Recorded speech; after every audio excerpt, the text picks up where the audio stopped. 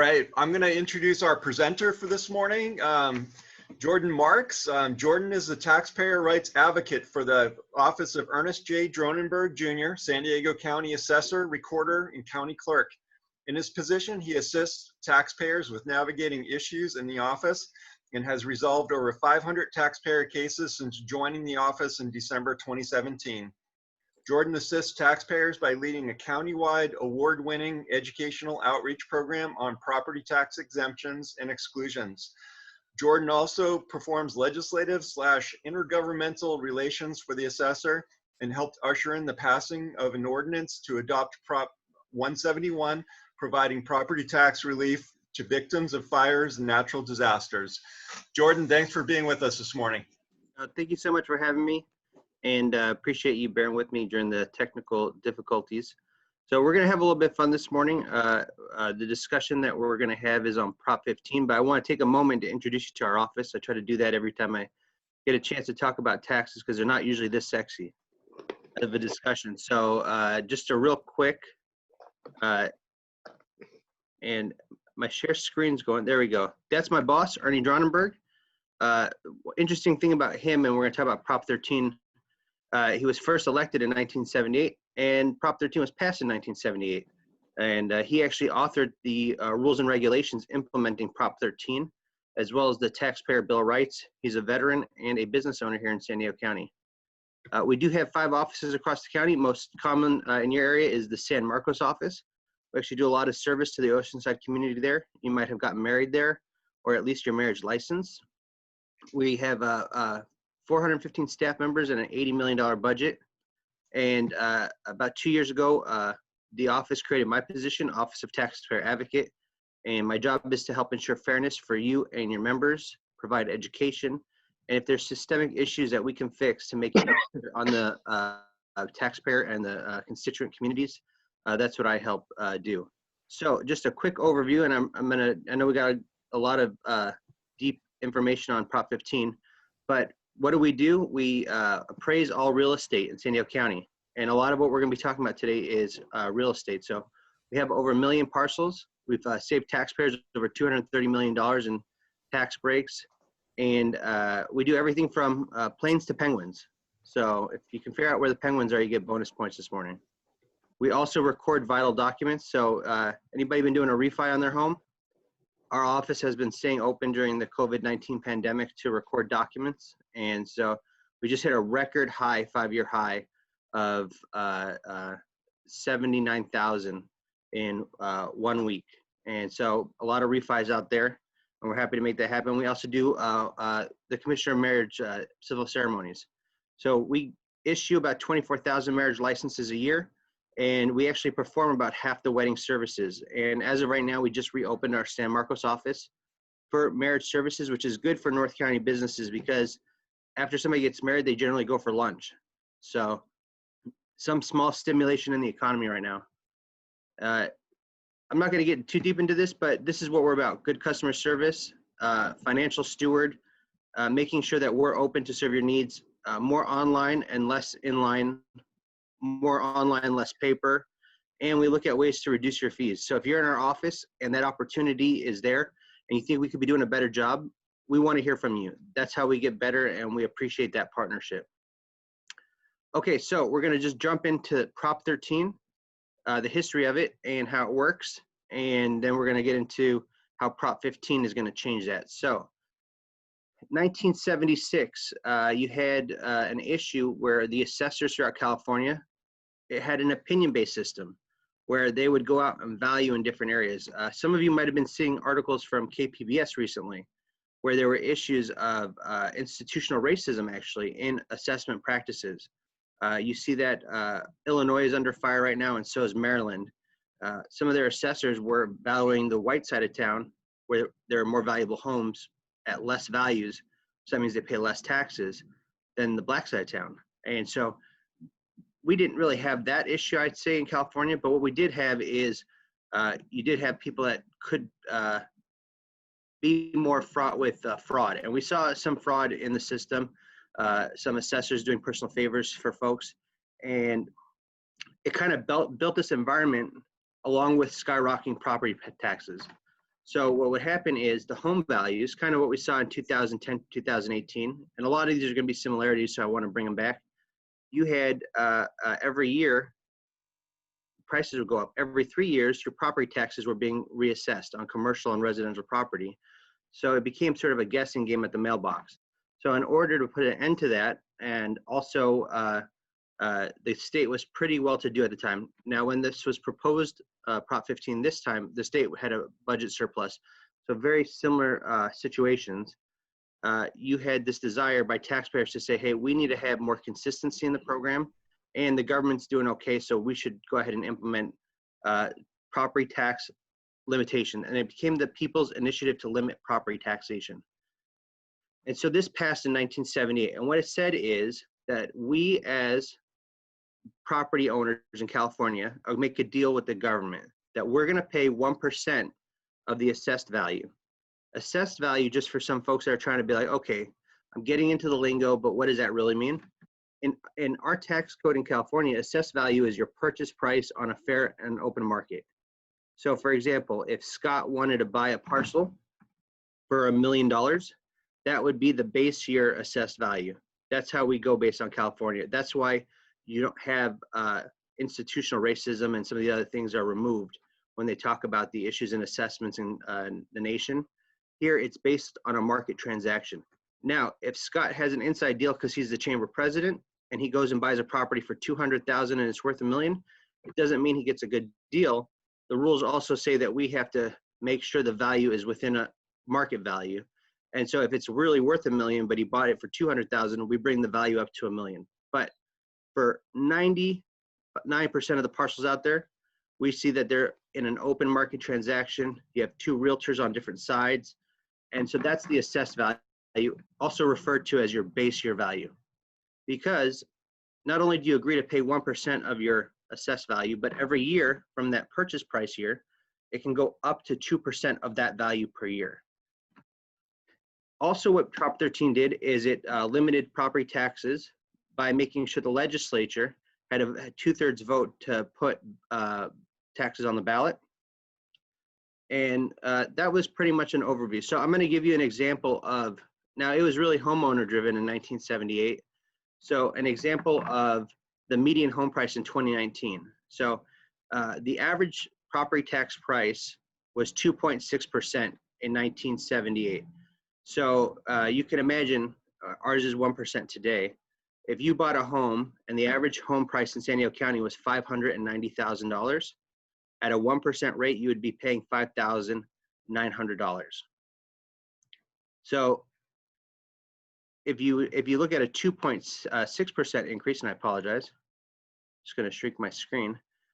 If it was pre-Prop 13 prices and we were still at that same tax rate, you'd be paying $15,340 on property taxes. Now, this is residential. You can use the same example in a commercial setting because we're going to be sticking mostly to commercial and industrial. So for a first-time home buyer, if we didn't have Prop 13, that's a $9,000 increase.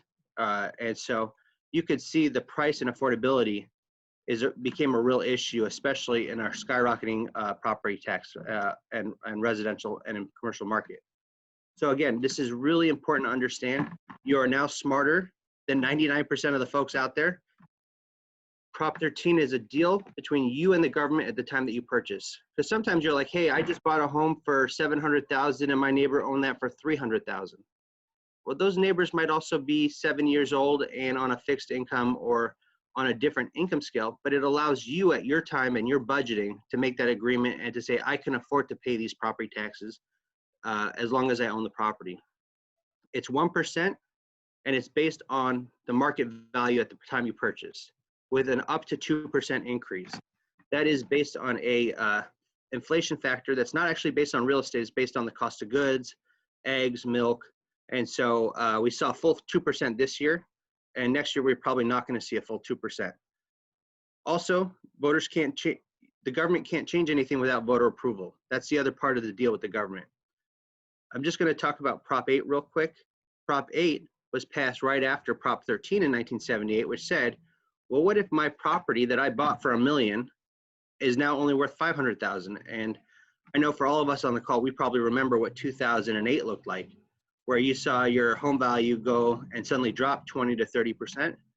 Well, it allows you under Prop 8 to say, hey, we'll temporarily drop your value, and this is on any property.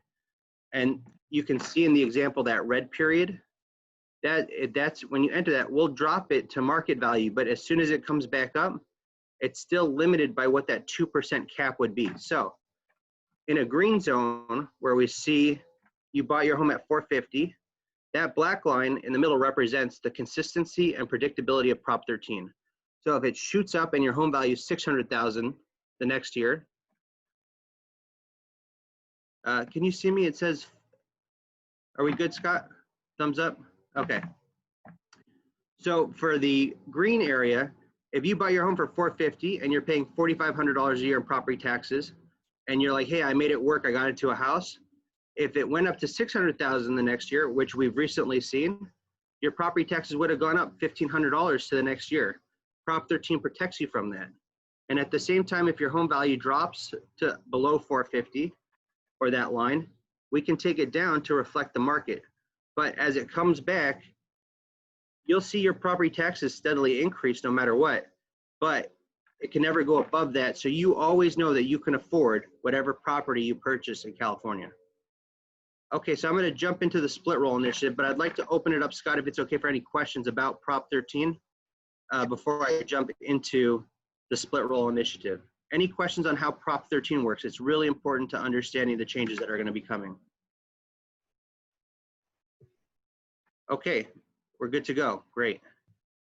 So here's the split roll initiative. It's being led by the Schools and Communities First Coalition.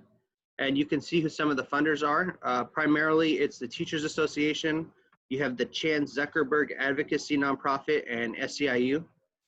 And on the ballot, this is what it's going to look like. They're not going to call it split roll, and they're not going to call it Prop 13. It's just going to say increases funding for public schools, community colleges, and local government services by changing tax assessment of commercial and industrial property.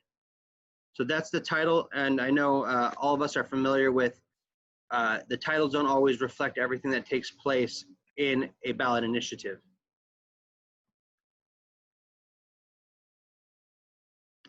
So here's what it does, and this is what it promises, and this is what it does. It will increase funding for K through 12 public schools, community colleges, governments, by requiring that commercial and industrial properties are taxed at current value. So if you remember what we talked about, Prop 13 locked you in at your value and your tax rate because it limited your assessed value when you purchased and only limited by 2%. Well, this says we're going to get rid of that 2% cap and we're going to actually reassess you. We're going to redetermine your value every year. And it says every 3 years, but actually from a practitioner perspective, it's actually going to require us to do it every year. So for example, if your property was worth $1 million when you bought it, and it's worth $1.2 million the next year, you're going to pay taxes based on $1.2 million. Then you're going to have to wait, and we're going to reassess it. If it drops to 900,000, it could drop and go to 900,000, and we'll tax you based on that. Always still at the 1% rate. So after everybody takes their cut for administering Prop 15, there's going to be what they're estimating a $6.5 billion to $12 billion allocation. 40% will go to schools, and 60% are going to go to governments. Those would include your cities, those would include your counties, and other special districts. So that's where the money goes. I just want to note the $6.5 billion to $12 billion is based on the real estate market and how it's doing. So in a downturn, we would see a heavy drop in funding. In an upturn, we would see a significant increase in funding. And what Prop 13 has done, as you saw on the map, it gets rid of the booms and busts. It has a consistent, steady flow of funding. This would be more of a fluctuation, kind of like what we see in sales tax right now, right? Up down in the market, we see less sales tax and less income tax. It would be more fluctuating like the other two funding mechanisms. And I apologize, that's commerce going on behind me if the gardeners are getting, but I think you should be able to hear me just fine. So similar to when this was funded, there was a budget surplus. Now we're having a different conversation, being in a budget, I think an estimated $50 billion in the hole. But when the proponents put this forward, we were in a very similar situation to 1978. So what does it actually do? And this is important. It will actually change commercial industrial market value, and that will change the split roll. So you have residential and commercial are all treated the same right now on one roll. We're going to split in our office residential and commercial and industrial, and we're going to exempt some others and put them on there. And now they'll be reassessed every year, and these folks are going to stay under the old Prop 13 program. So commercial and industrial includes any property that could be zoned commercial industrial. So even if, let's say, downtown Oceanside, there's a lot of development going on. You have lands that are zoned agricultural, you have lands that are zoned commercial, you have lands that are zoned residential in that certain areas. If the land is not being used and it's vacant, even if it's slotted to be used for residential, that land would be reassessed if it has commercial and industrial capabilities. So it's all properties that are labeled commercial and industrial, and we have a list. In addition, it includes all vacant land. The initiative says that we have to reassess every 3 years. And so again, we're getting back to that guessing game in the mailbox. I can't tell you what your property taxes are going to be in 3 years under this program. As the assessor's office, we get calls, what's my property tax going to be for my escrow account and my future budgeting? We can do that now under Prop 13. But an interesting fact, and we did work quite heavily with the proponents of this to give them the information they need to put in a really good system. Even if we disagree with it, we want to make sure that they're implementing the best. This is going to require us to do an appraisal every year of all of the properties, because you don't know what the market is unless you know what everybody else is at. And so for us to only appraise a third of the market, we couldn't get comps and find out current market information to be fair to every taxpayer unless we do it every year. Again, it limits it to 1% tax rate.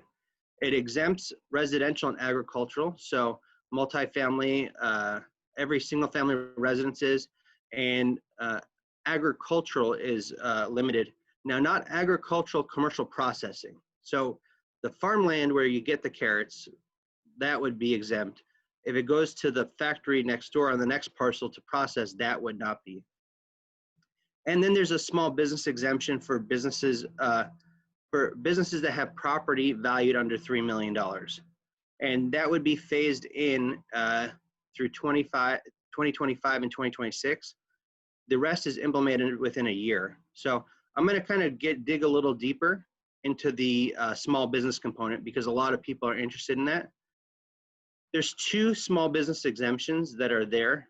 One really is going to hit everybody, and the other one is specifically for small businesses. And the initiative defines small businesses as less than 50 employees, independently owned and operated, and the business is located in California. So I want to kind of narrow that down a little bit and talk about the $3 million value.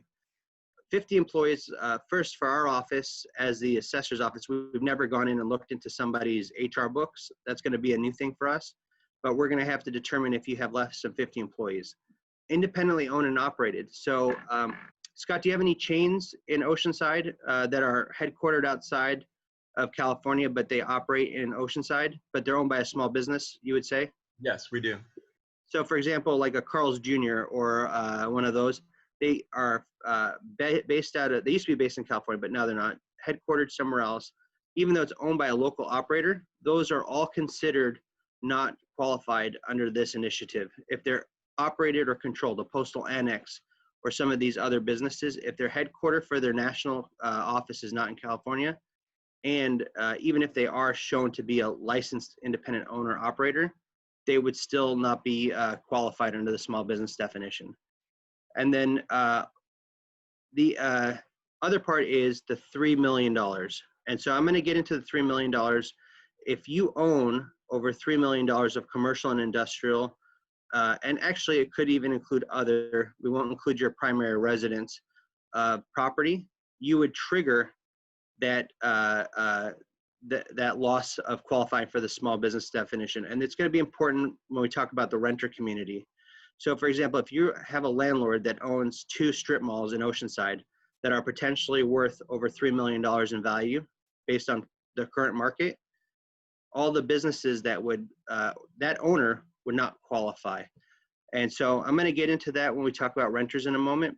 And I'm going to stick to the second part of the exemption, which is $500,000 for, it's called business personal property tax.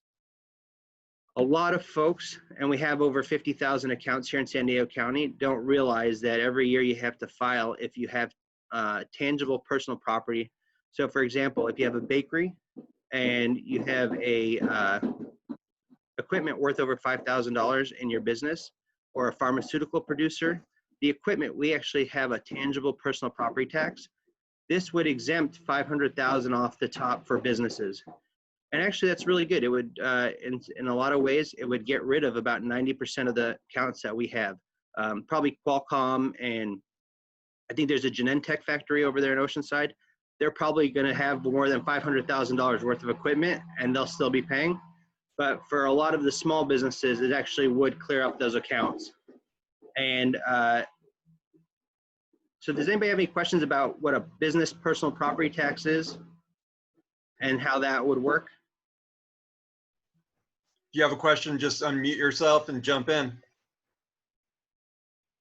I know these are somewhat heady concepts to take in at 8 o'clock in the morning, but so some people get a real property tax that's based on your land, and then business accounts get a personal property tax. So remember I talked about penguins? SeaWorld pays property taxes on penguins actually. So they probably have more than $500,000 in value, so they'd still, this is going to be an issue for not San Diego or other counties in the Southern California region, but actually in Northern California, and as I dig into later the Assessors Association opinion, in Northern California you actually have counties that make their money off of the business property tax, and their land isn't worth as much. And so they're actually expecting to go revenue negative based on this exemption. The only fix to that is, and I mentioned here, is that in the initiative, it allows the legislature to get rid of it. So it's not guaranteed. It's in there right now, and at any point, the legislature can vote to remove it.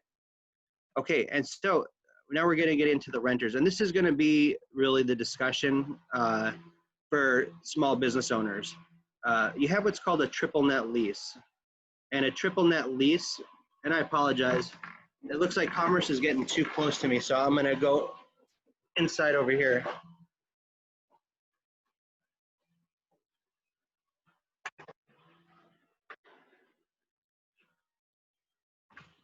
Okay, so a triple net lease is the most common commercial lease that you have out there in the market. It's actually standard practice. And so with a commercial triple net lease, what it says is that the renter agrees to take on any increases in property taxes. It's specifically spelled out in those common leases.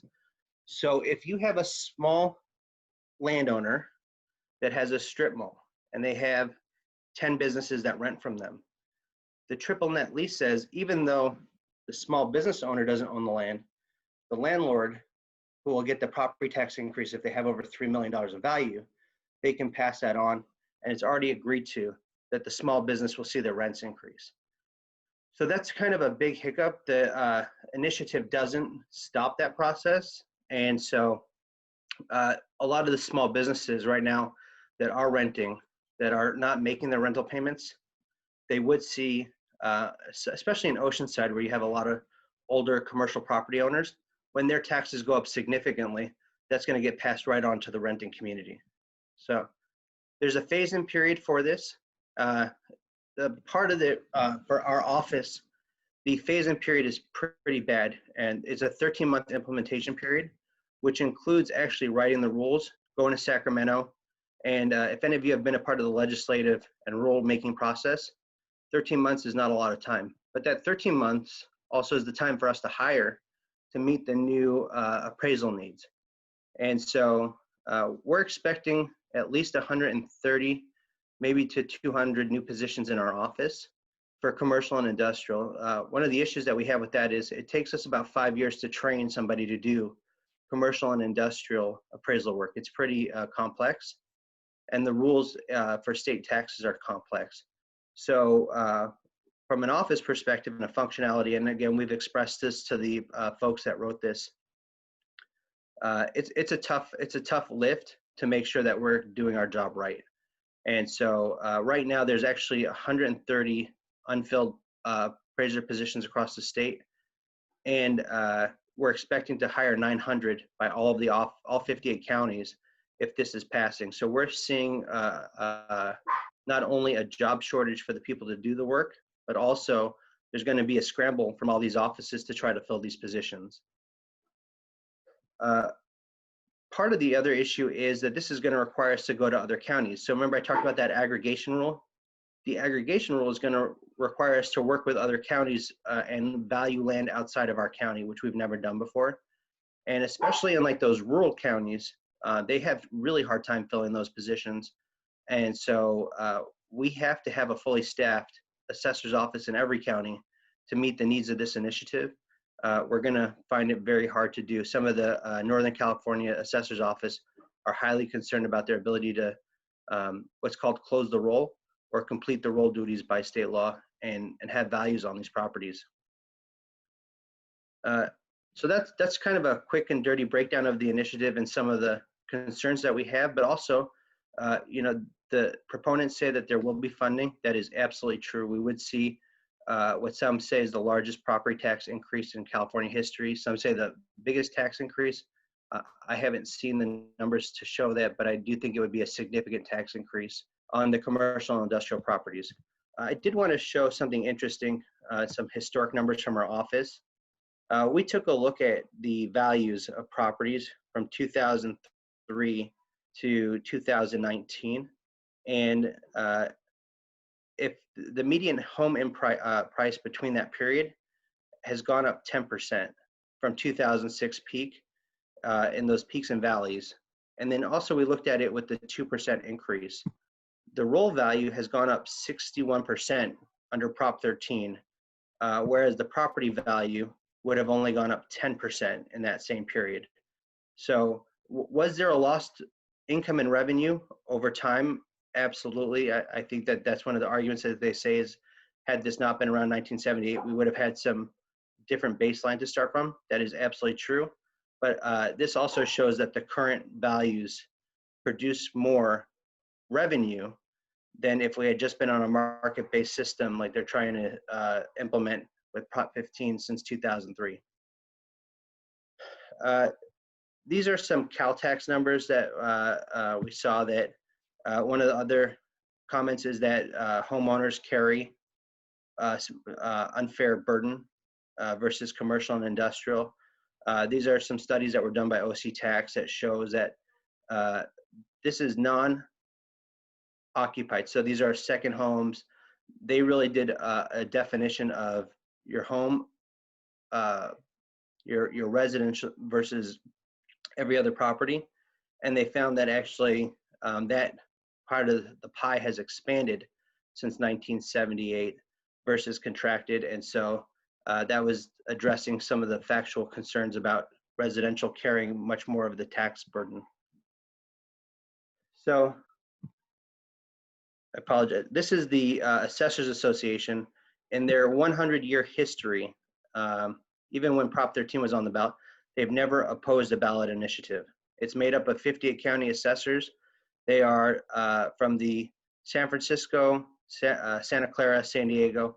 Everybody across the political spectrum is made up in this 58 county organization. And in their 100-year history have never opposed a ballot initiative, and they have voted to oppose the ballot initiative. And so they actually reference the San Diego County tax roll as an example as to why. Part of the reasons our tax roll, this 2020 tax roll was a record high revenue for government of $604 billion. That was a 5.8% increase over last year. And for the last 6 years, our tax roll has delivered a 5% increase in government funding. Those are schools and local governments. Also, while the market was going up and down, even during the downturn in the market, we still delivered a record and consistent high property tax values. So even in the bust of 2008, 2009, because a lot of folks had already locked in at their Prop 13 prices that were still lower than the market at the time, their taxes still went up 2% or 1%. So we were still increasing revenue for government at the time. Unlike the other sales tax and income, where those dropped during 2008 and we saw significant shortages, and we're going to see those again this year, property taxes, even during a downturn, is delivering record high values for our schools and governments. So their thing is the implementation is fraught.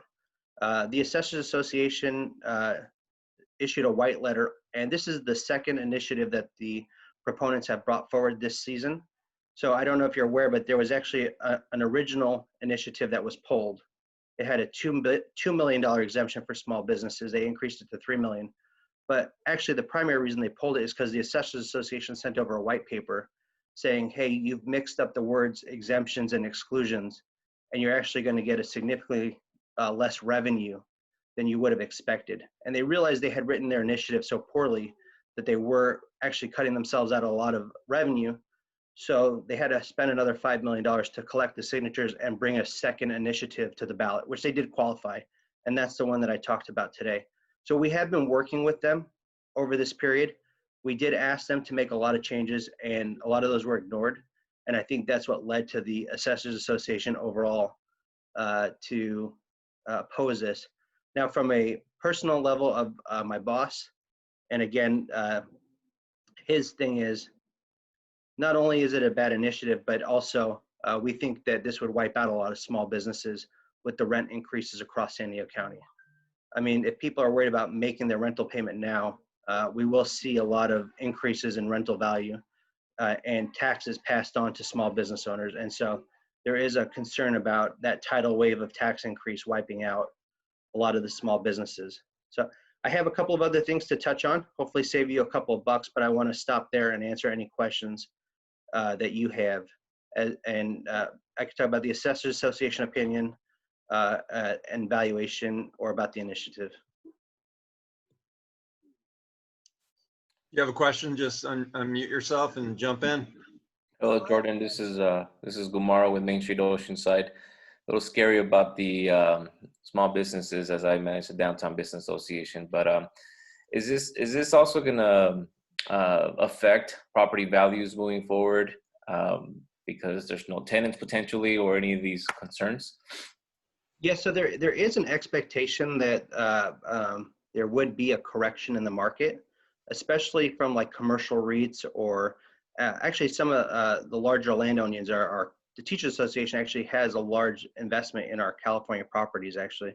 So those large REITs and pensions would actually be impacted by a drop in property taxes. The thing is, we think that the correction would probably adjust itself over time, to be honest. We still have a valuable market and not a lot of space.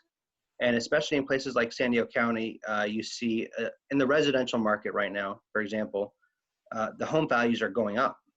People have lost their jobs, people are having trouble, but the home values are going up. So while our revenue is going down, the reason we're giving more money to government right now than we are at the 5% rate is because people are still buying at a higher rate than they were before.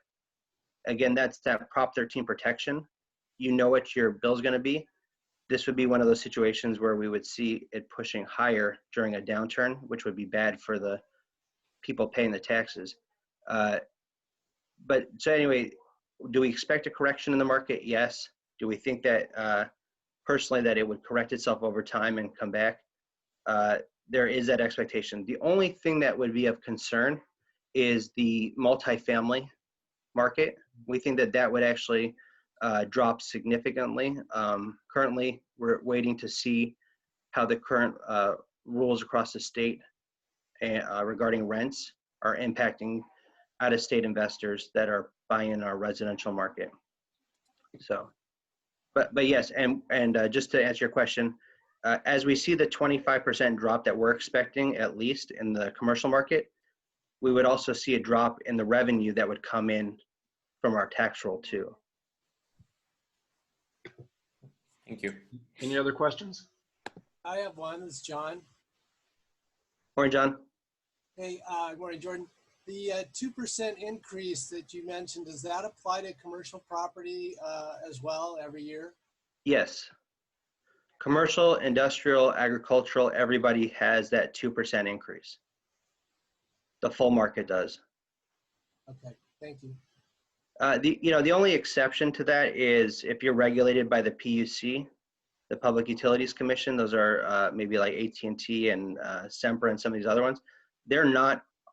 They get reassessed every year, and so they pay the market on their property taxes. Yeah, I know. So we would. AT&T is one of the only companies, probably SDG&E is another, that gets reassessed every year. So Yeah. we're already in that bucket. Great. Any other questions? Just to kind of bring that point, every year SDG and AT&T fight their property taxes. And so one thing I didn't mention, but I think it's worthwhile noting, is that of the 50,000 plus accounts that we expect to get reassessed, we expect them to challenge it, much like AT&T does in Sempra, to say, hey, I'm not sure these values are right.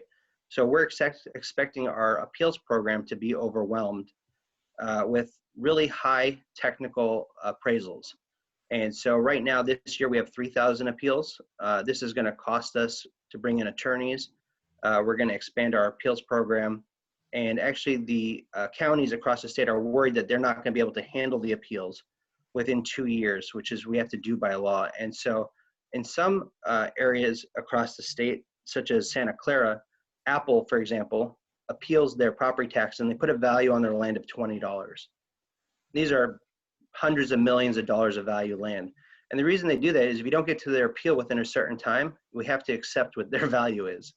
And so we're expecting that there's going to be a tremendous gaming of the system and a overwhelming amount of appeals that we're not going to get to. And then the county will not only lose value that way, but also we have to pay interest if we don't get to that in time. And so when Assessor Dronenburg started as the assessor in 2010 during height of residential appeals, which are significantly easier to do than commercial and industrial, we can get somebody doing residential appraisal in 1 year. Again, it takes us 5 years to get somebody into commercial and industrial to start on their own. We were losing as a county $2 to $3 million a year in appeals just by not getting to them fast enough. And so we hired more staff and we closed that gap. So that way the county wasn't losing money, but we're going to see a big hit to the county budget and to the appellants that have to wait 2 to 3 years to find out what their property taxes are going to be. It's going to be a pretty bad blip in the market. All right. I do have a question. Mr. Marks, I just wanted to find out, you did this wonderful presentation, but the kind of the bullet points, those that are supporting Proposition 15, why was it created, like the bottom line? Why would they say? Yeah, that's a really good question, Kelly. And I don't want to put words in their mouth, so I'm going to quote them. They had a hearing at the Board of Equalization, and the proponents were asked, why are you putting this forward? And their general response was, we don't trust the state government to fund schools enough. We don't feel, and so we need to go out and find our own funding mechanism to put forward to ensure funding for schools and communities. And so some of this, I think, is a residual opposition from Prop 13 in 1978. Not everybody supported it back then.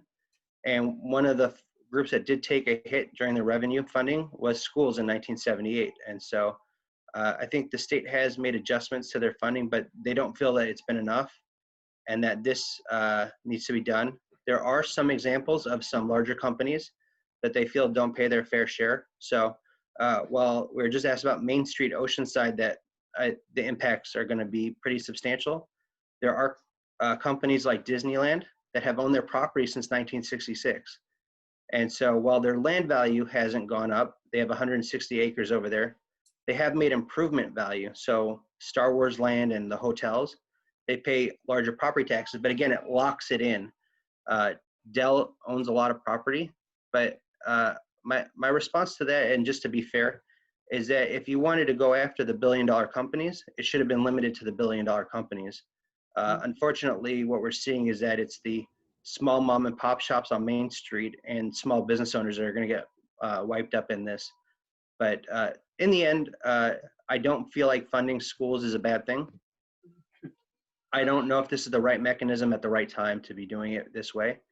And so other assessors have put forward other ideas, like, hey, why not just increase the tax rate on commercial property? Or, we have millionaire taxes for folks and larger companies. You could do it that way. Unfortunately, if it was just about closing the loophole in those larger companies, they wouldn't bring in enough revenue to make sense for them to put the initiative forward. So they need everybody else to be brought up into this. Okay. Thank you. All right, Jordan, we have about 5 minutes before we need to move on to other business, so we can maybe take 1 or 2 more questions. Well, I'm going to save you, if you haven't looked at your residential on your property tax bill, take a look. You should have an exemption if it's your primary residence. Save $70. You can call me afterwards. It's on the top right of your bill under exemptions. It should say $7,000, and you should be saving $70 annually on your home property taxes. Also, we're doing a lot to help veterans. This is a really big program for our office. I've led the outreach on this. When I started in 2018, we had 5,000 veterans, 100% VA rated disabled, getting this tax break. As of this year, we hit 10,400. That means that's over $7 million annually going back in the hands of disabled veterans across the county. And I know Oceanside is a home to many of our veteran communities, so they can save about $1,500 off their property tax bills every year. And we got an award for it. So that was when we hit 8,000, and now we're almost at 10,500. It's a tremendous amount of folks that we've helped out. We're the lead county in the state. That's my contact information. So why don't we say, Scott, 1 or 2 more questions, if that's all right? Yeah. And just a quick status, our offices were going to open up. The county has shut down all over-the-counter services. If you do need help with something, I just had a recording that needed to take place. I walked it in the building for them. I helped out. They had a family that had to sell their home due to chemo, and they were moving, and it was costing them $150 out of their pocket every day. They didn't record. So if there's situations like that that I can help out with, if you need access to information in the building, just call my cell phone. We're here to be as accommodating as possible during these trying times. And especially if you're getting married, we're back open in San Marcos, and I can help, or a vow renewal. Maybe now that time you're not thinking about vow renewals, but no better time than a pandemic. So any other questions? I'm happy to help out. All right. Well, hey, Jordan, thank you so much for the informative presentation. And I want you to know the chamber is formally opposed to Prop 15. We're very protective of our small businesses, and so we're on your side on this, and we appreciate you coming to share that information this morning. Well, thank you so much. And again, our office is about being a place of information, and so we work with the proponents. We work with both sides, but we got to do speak openly about what's wrong, and so that way people can make an informed decision and what's right. If school funding above all else is your position, then this is going to provide school funding. But we think that there's better ways to go about this. So thank you so much. We appreciate it, and keep safe, everybody. Thanks, Jordan. Have a great day. All right, we're now going to move on to our legislative reports, and I'd like to start with Francine Busby, who's representing Congressman Mike Levin this morning. Good morning. Thank you for having me here. That was a very informative presentation that Jordan did. So just a couple things. The Congressman has been busy the past month in the district. He hosted a roundtable for restaurant owners. As you know, they're hurting. There is a restaurant bill that he co-sponsored, and he brought the sponsor, Representative Blumenauer, into the conversation, and it was very well received and supported by restaurant owners. These are independent restaurant owners, and the bill, I don't believe is passed yet, but is in the works. He also hosted a roundtable for tourism leaders, and also had a conversation in Oceanside with law enforcement officials and members of the African American community, just trying to move the dialogue forward for trusting relationships and, finding common ground for better service in the community. A lot of legislation was passed this past couple of weeks in Washington. These were huge appropriations bills that basically fund the federal government. A couple things that were in particular of interest to Oceanside. There was a bipartisan Water Resources Development Act. These are acts that basically provide funding for partnerships between the Army Corps of Engineers and with Army Corps of Engineers. So for Oceanside specifically, there was a San Luis Rey River Flood Protection Project, and also funding for feasibility study for Oceanside Special Shoreline Study. These are projects that have been in the works for years, and this bill will move those forward. Additionally, for Army Corps of Engineers, they're also coming to San Diego they've approved the project to work on the shoreline protection of the Del Mar Bluffs right there where the rail corridor, is so close to the bluffs. So that is also in the works. So those are big funding packages for San Diego. Also passed was the amendment that the congressman worked on for San Onofre. One of them is that they will, that they're going to require inspectors to remain on site while the fuel is being transferred from the pools to the dry cask storage. And it also included his amendment for $27.5 million for interim storage funding for studying how and when we can move the nuclear spent fuel from San Onofre and other power plants. Another big bill that passed that has a direct impact on Oceanside will be $105 million that went to Camp Pendleton. There were several very specific construction projects that are included, but the ones for Oceanside is there's $50 million in this bill for infrastructure program that cities that are adjacent to military installations will have. So I believe that Oceanside is currently pursuing these infrastructure projects, and it's my understanding it may result in a new fire station. And also there is funding in there that the congressman fought for. And this is for $40 million in the bill to assist local educational agencies with military dependent students.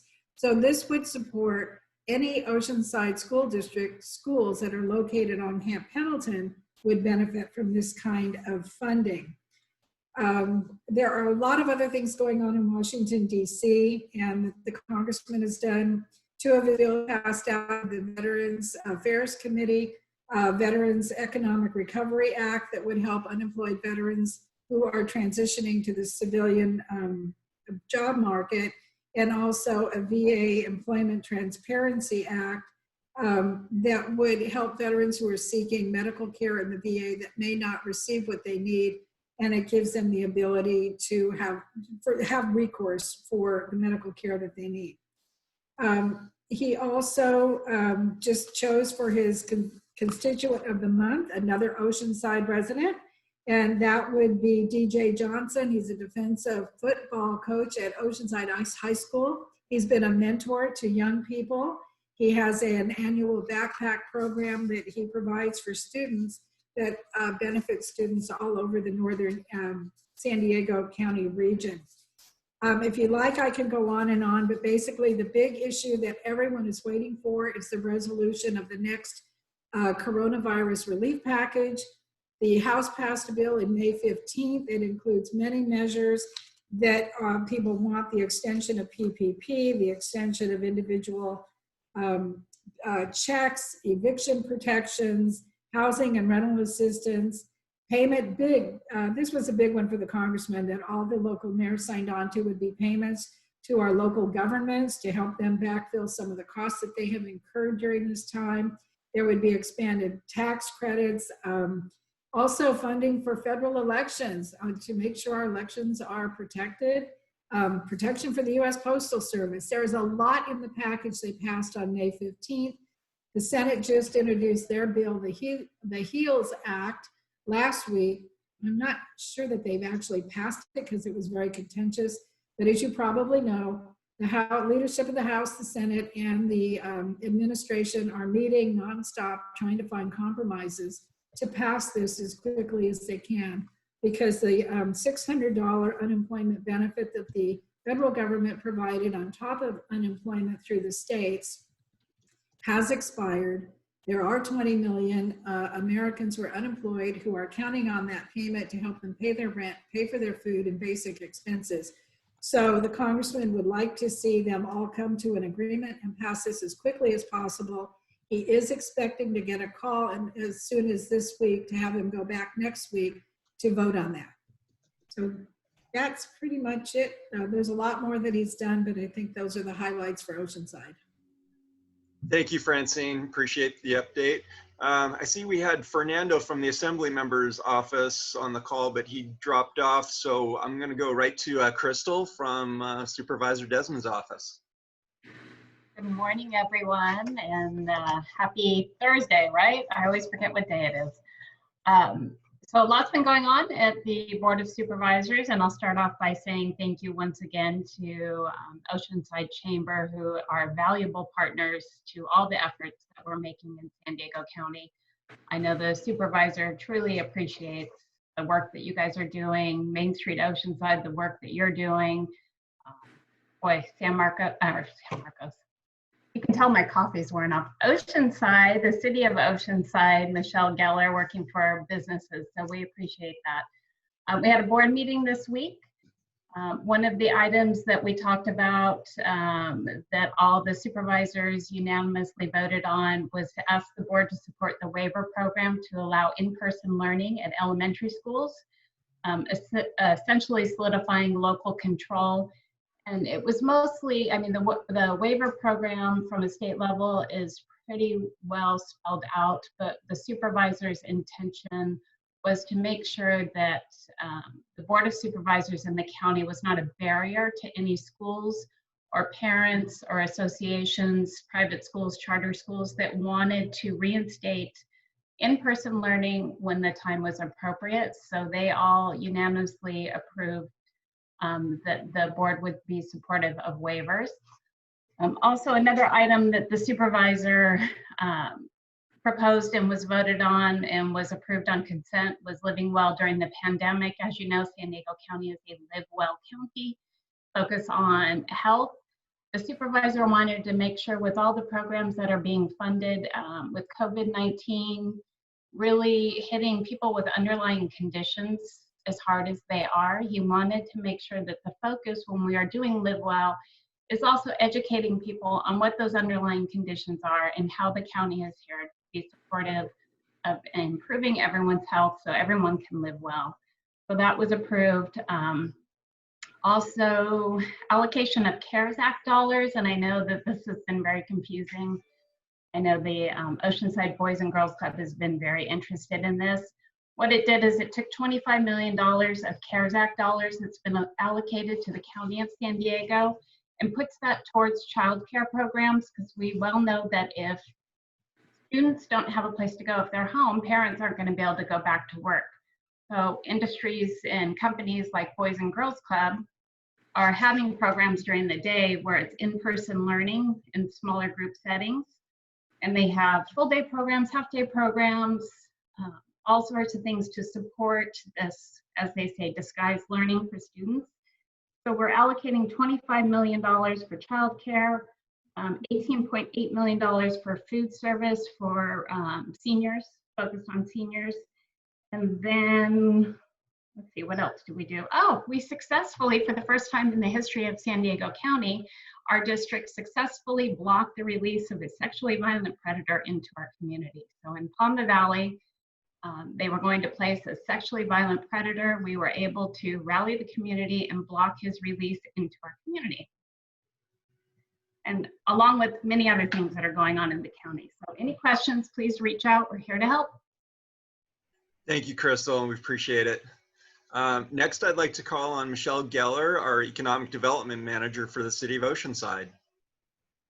Thanks, Good morning, everyone. Just a couple things. The city's business loan program is still available, so applications are still being received.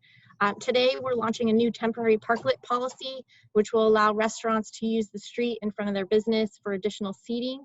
And we're also looking forward to launching business grant programs funded by CARES Act money that will be managed by the Chamber and Main Street. And that agreement should be signed here by the city manager this week, and we can get that started. Thanks. Thank you, Michelle. All right, next we're going to do real quick 1 minute roundtable updates from some of our industry partners. So I'll just call on you. John, do you have anything to share from AT&T? Just an update on Assembly Bill 2421 that would allow us to put backup generators on cell sites. That has passed the Senate Governance Committee, and next we'll go to Senate Appropriations. So it's already cleared the Assembly and is working its way through the Senate. All right, thank you, John. Also, we have a program to help schools with providing low cost internet, either landline or wireless. There's a new program coming out, so I'll be contacting all the schools to help students get low cost internet if that is a barrier to learning at this time. All right, thank you, John. Katie, do you have anything from SDG&E to share? Good morning. I have a quick update, and apologies for not being on camera. I'm having issues with getting it to turn on this morning. But one thing I'd like to highlight really quick specific to Oceanside is through our Electrify Local Highways program, 4 park and ride lots recently had new charging stations that were installed, and one of them was in Oceanside actually. So there are 22 new shiny charging stations at a park and ride lot up there in Oceanside for folks to take advantage of going forward. So just part of our ongoing efforts to continue our clean transportation and reducing GHGs from gas emissions. So that's it from SDG. Thanks. Thank you, Katie, appreciate it. Jeff from the toll roads. Thanks, Scott. Good morning, everyone. Good to see you all. Just some quick news on the toll roads. As you can imagine, traffic has been reduced significantly on the 73 and the 241 since March. We were down as much as 75% on the 73 and about 64% on the 241. Thankfully, a lot of that is increasing. We bottomed out in April, and it's been increasing ever since. So to take precautions, our board's passed a very conservative budget for fiscal year 21. With a reduction of $77 million, about 51% in expenses in our budget, so we can make sure we stay fiscally safe. So that's some good news. There's some resolution finally on the very long steady 241 toll road completion, which many of you have followed with me the past several years. It's been studied now for almost 40 years. In March, our boards made a decision to not extend the 241, but rather agreed to advance 3 smaller projects in tandem that would also give traffic relief. A carpool lane from Pico to the San Diego County line, widening of Ortega from the I-5 freeway to near Antonio Parkway, and extending a county highway called Los Patronos from Oso Parkway, where the 241 ends. We'll connect the 241 up to Los Patronos. They will extend that all the way in the back hills of San Clemente and terminate near Vista Hermosa. So 7 or 8 years from now, if you're traveling north and there's a bottleneck or an accident, if you wanted an alternative route, you would get off at either Pico or Hermosa, travel that to Los Patronos, and then to the 241. So there's finally some resolution there. And I do want to thank Scott and the Chamber and David Neidiger for, I think, almost 20 years of supporting us on those efforts. So nice to see some resolution there. Thanks, Jeff. Christine, do you have anything from Cal State you'd like to share? Just real quick, that news that impacts North County. So we just announced that the university has partnered with the county to open a no appointment walk-up coronavirus testing center on campus.